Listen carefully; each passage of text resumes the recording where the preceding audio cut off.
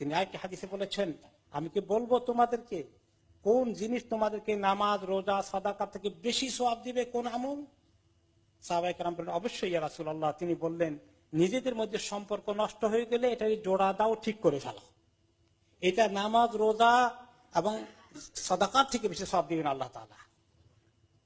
আরেকটি হাদিসে তিনি বললেন, এই সম্পর্ক নষ্ট হওয়া, দুশমনীতে নেমে যাওয়া আত্মীয়তার ভিতরে, এটা হচ্ছে একটা ব্লেড, মারাত্মক ধারালো একটা তরবারি। এই ধারালো ব্লেডটা শুধুমাত্র পশম কাটে না, এটা গোটা দিনকে কেটে ফেলে, দিনদারি নষ্ট করে দেয়। কথাবার্তা বন্ধ করে রাখে।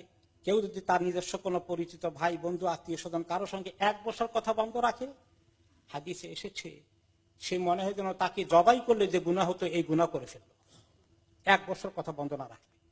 আমাদের ভিতরে খুঁজলে পাওয়া যাবে, এখানে বসেও পাওয়া যাবে, 2-4 জন আছি আমরা, কয়েক বছর হয়ে গেছে আমি কথা বলি না, বন্ধ করে দিয়েছি। একজন মুসলমান আরেকজন মুসলমানের সঙ্গে যে কোনো বিষয়ে মন কষাকষি হয়ে গেলে 3 দিনের বেশি কথা বন্ধ করতে পারবে না। যদি বন্ধ করে ফেলে, যে দেখা হলো সে এদিকে মুখ ফিরিয়ে নেয় আর ও ওইদিকে মুখ ফিরিয়ে নেয়, 3 দিনের বেশি পারবে না। বেশি কষ্ট পাইছেন, 3 দিন পর্যন্ত না হয় কথা বলেন, আল্লাহ এটা মাফ করবেন। 4 দিনের দিন কমপক্ষে সালাম দিতে হবে, কথা আর না বললেও।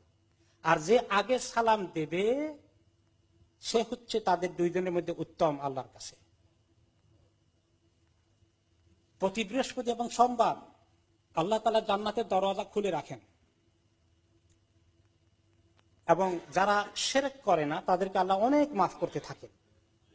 তবে ওই লোক, সে তার ভাইকে কষ্ট দিয়েছে, তার সঙ্গে কথাবার্তা বলে না, বন্ধ করে দিয়েছে, যে 2 জন, আল্লাহ তাআলা ফেরেশতাদেরকে বলেন এদের গুনাহ মাফ করে দিও না বা লিখে দিও না, এদের গুনাহ মাফ হবে না যতক্ষণ না তারা সংশোধন করে।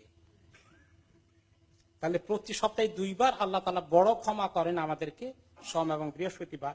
যদি আমরা কারো সঙ্গে কথাবার্তার সম্পর্ক নষ্ট করে ফেলেছি, দুশমনি শুরু করে দিয়েছি, একান্ত আপন জনের মধ্যে, এদের সঙ্গে আমরা সম্পর্ক ঠিক না করলে, কথাবার্তা না বললে, আমাদেরকে প্রতি সপ্তাহে মাফ করার সুযোগ থেকে আমরা বঞ্চিত হয়ে যাব।